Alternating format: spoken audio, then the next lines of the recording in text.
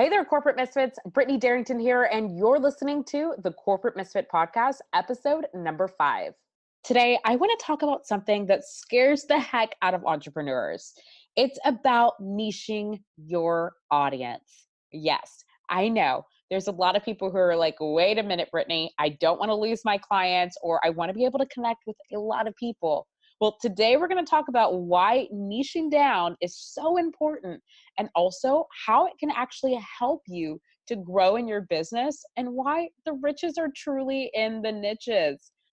When I ask entrepreneurs who their target market is, many of them tend to respond with everyone. And I'm saying this with air quotes. To me, this translates to no one. Many business owners try to serve the widest market possible, and this is a huge mistake. Sometimes we're so afraid and terrified of narrowing down our target market because we're fearful that we might be missing out on potential customers.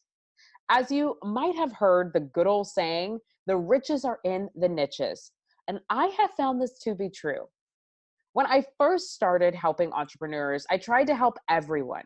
I was helping tenured entrepreneurs, startup business owners, males, females, 18-year-olds, 60-plus-year-olds, and I was all over the place.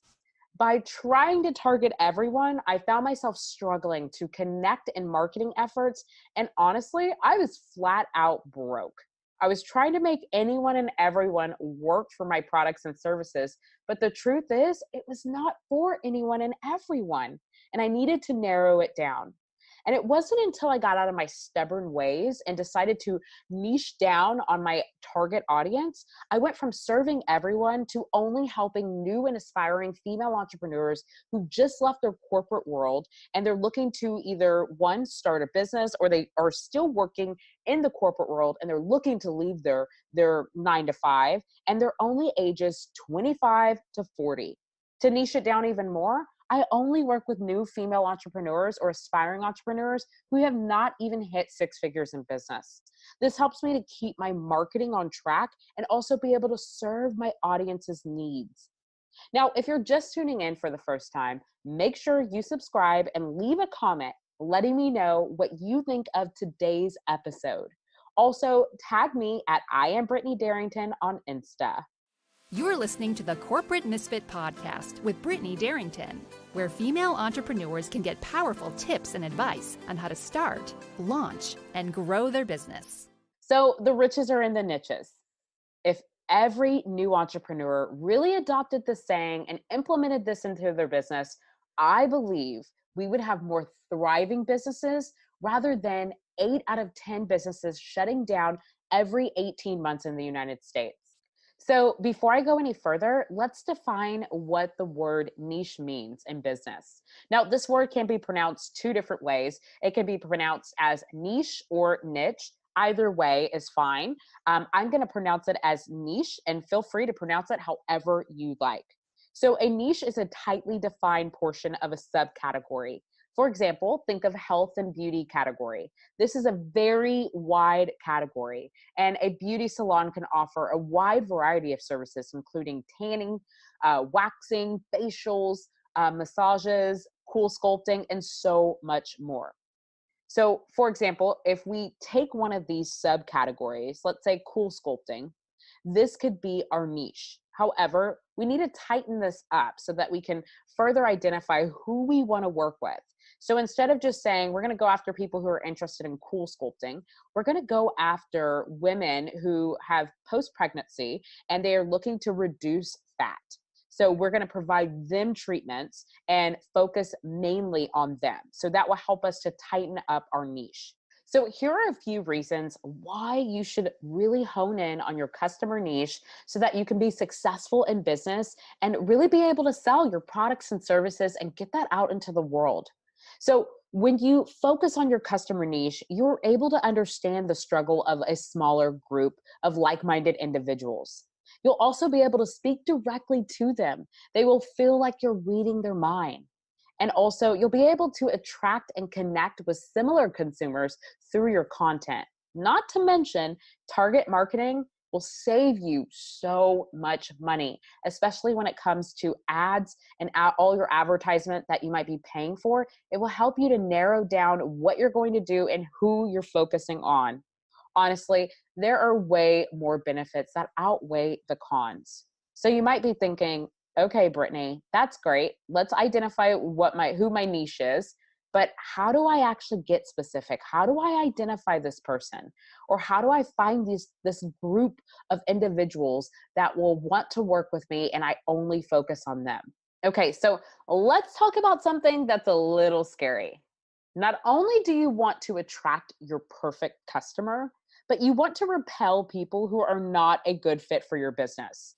Believe me, you want to repel these people. I know what you're thinking, but I just need to make a sell. I need to sell to everyone, Brittany. I can't be picky on who I sell to because I need to generate revenue in my business. Yeah, you might want to generate revenue, but I'll tell you, working with the wrong people and people who are not a good fit for your business to begin with is never good. So trust me when I say you want to repel people that are not a good fit for your business because they tend to have similar traits like this. Someone who's not good for you in your business, they are sometimes very close-minded and they're not really willing to change. So say if you're offering a service and this service can help change and transform someone's life, they're really not interested in putting in the work to transform their life. They bought it and they're willing to now just go and complain about it over and over and make your life a living. Ugh, I'll leave it there. Not only are they willing to make your life a living, they also make it hard for you to really do business. You have to deal with them via customer service. They're the ones who are putting negative feedback and comments. They're the ones who are asking a million questions, but never actually taking action. They're the ones you want to stay away from. So you want to stay away from those people in business because they're a waste of time. And also, it can cause refunds in your business. It can cause you to have to spend so much time focusing on customer service with them. And also, you have to go back and try to build your trust up with your audience because you might receive negative reviews or just feedback that you weren't anticipating on receiving based off of having the wrong client. So who do you want to attract to your business? Who would you love to work with every single day? If you had one awesome client, who is it? And what are their traits? You want to start attracting customers and consumers exactly like that perfect customer. And to find out who you want as a perfect customer, ask yourself a few of these questions. So here's the first question. Are there a certain group of people that you're passionate about, that you love being around, that light you up inside, that you really enjoy just learning more about them and helping them and serving their needs? The second question is, have you been in your client's shoes? Could you grow a business around your clients who are in similar situations that you have been in yourself? I did something like that. I started a business around helping other people escape their 9 to 5 and start a business. I told myself if I could leave my 9 to 5 and if I can start a business and actually be profitable and successful at it, I need to go back and share this information with other people who are just like how I was, because I know that many of them are in the same situation that I faced at one point in time when I was in my 9 to 5. You see, I wanted to leave the 9 to 5, but I had everyone telling me that I needed my 401k, I needed my health benefits, that I wasn't going to be able to be profitable. I was going to have to do all this work and work 1,000 hours in order for me to make a living. And I was going to be flat out broke, basically, as an entrepreneur. Well, now that I have actually overcome a lot of those different myths that people have put out there, I now go back and I share with others my truth to help them overcome some of those myths and actually pursue what it is that they love and actually turn that into their full time or make a living from what it is that they love. So the third question is, looking at your past clients, do you have any similar traits that you liked? Maybe you really enjoyed that they love yoga or they drink coffee. Identify some really amazing traits that you really enjoy about this client so that you can really build your brand and your business around them, and they'll feel like you're speaking directly to them. Now, the last question to ask yourself is there a narrow market you have expert knowledge in and would be able to share valuable information? Maybe you're really great at something specific and you know that if you shared this information, you would help so many people. Or if you created this specific product for this specific problem, that it can serve so many individuals within this niche. I want you to really think about, what are you an expert at and what do you enjoy doing and who do you enjoy being around? This will help to light you up in your business, and it will also help you, especially when times get rough, to remind yourself of how grateful you are to have the amazing clients that you have, and it will help you to keep going. Okay, so now that you have a good idea of what you need to do in order to identify your niche, I want to share just a quick example to put this all together so you have a understanding of what your niche should look like. So let's use the example of a health coach who's focused on helping mothers lose weight. So most people would think, oh, that's niche enough. You're helping mothers lose weight. You don't need to focus on another target market or breaking it down any further. But the answer is actually wrong. You do need to break it down further, because based on Wikipedia, over 80% of mothers in the US population are looking to lose weight. 80%, right? So how are you going to speak to this 80% of women in the US population on losing weight? So now you need to break it down even more. Let's get down to the actual niche. Let's make it smaller so you could be able to speak this person's language. So at this point, you know that now you have to do some research and some digging. Let's get past just helping mothers lose weight. Let's go further. Let's look at new mothers who just had a baby and would like to lose baby fat and fit into their jeans in the next 8 to 12 weeks. It's very specific. We're going after new mothers who just got out of the hospital, who are wanting to lose weight and get out of the maternity wear and back into the regular clothes. So your research might unveil areas that resonate really well with these specific women. They're stressed from taking care of their newborn, and they're trying to adjust to their new routine and recover from childbirth.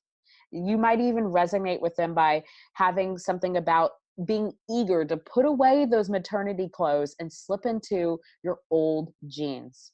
Now, they might even be curious about how to realistically lose the baby weight for good and not just do something really quick that eventually puts back on the weight.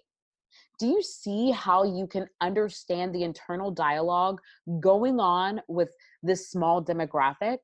You can be able to connect through emotional words that you understand on their journey. And you will be able to show empathy, support, and more importantly, you'll have a solution for that specific target audience.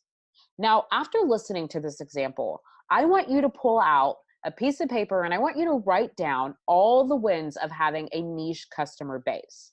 So here are some of my wins for having a niche customer base in my business.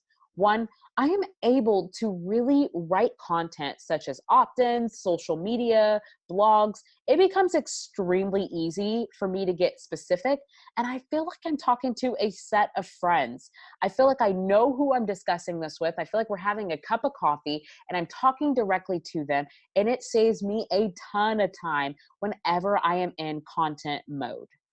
I'm also able to save a ton on my marketing strategy because I understand what to say and where to say it versus trying to be everywhere at once. So instead of me being on LinkedIn, on Pinterest, Instagram, Facebook, YouTube, podcasts, everywhere, I identify exactly where my audience is and I go to them. And I find ways to get in front of them, and it allows me not to have to be everywhere at once. So it allows me to really master my marketing strategy and get the ideal customers that I want to connect with.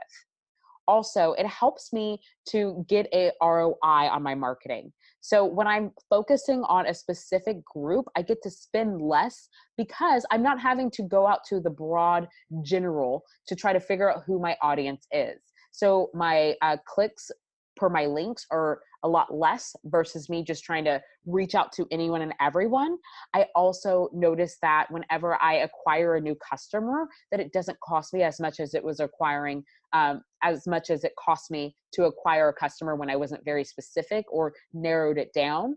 And so you're able to really save a ton when you identify who you want to work with, not just in money, but in time, also creating new content, materials, marketing, everything. It just allows you to really hone in on these people. And honestly, the riches are in the niches.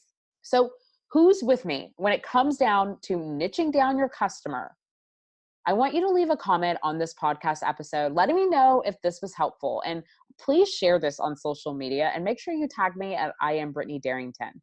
So once you've identified your ideal customer and you feel like you're ready to go out into the market and start marketing to them and connecting with them, I want you to check out my 197 free business tools and resources that will also help you to advance within your marketing side of things. So find your market and make them love you. If you're thinking of launching a new business or you're struggling to find the right customers in your existing one, I want you to just start here, focusing on tightening down on your niche. Learn everything you can about your niche, whether it's the target market or it's about the service or the product that you're offering, and then start showing how much you understand and acknowledge your customers' needs. Through website, through marketing, through podcasts, through any other platform that you plan on using to market to them, show them that you understand and you speak their language. Niching down can feel like, what am I doing in my business? This is going to keep me from actually gaining clients or moving my business forward or missing out on sales. And that's why so many businesses do that. Actually, though, it's a ridiculously amazing opportunity knowing who you're serving, and it will help to strengthen you and your business when you identify who your niche is. So I want you to be bold, I want you to be brave, and I want you to make the most out of it by figuring out who you're serving and making sure that you provide them with the most value and you speak their language and you help them to identify that you have what it is that they need. Lastly, if you're looking to quit your 9 to 5 to start a business and you're seeking guidance, resources, and would love coaching, masterminds, and so much more, then I would love to invite you to the Corporate Misfit Club. You can join us at a special offer at almost 60% off using the code START. If you've enjoyed today's episode of the Corporate Misfit podcast, we invite you to check out the Corporate Misfit Club. The Corporate Misfit Club is the essential resource for female entrepreneurs who are looking to start or grow a business they actually love. Whether you are a seasoned entrepreneur in your startup phase or simply thinking about taking the leap into entrepreneurship, we've got your back, girl. With our extensive course library, monthly training, exclusive members-only discount perks, and unlimited tools. We also have a supportive community of women where our members share stories, experiences, their wins, and business tips. The Corporate Misfit Club is the perfect place to be to start, launch, or grow a business. So check it out at corporatemisfitclub.com.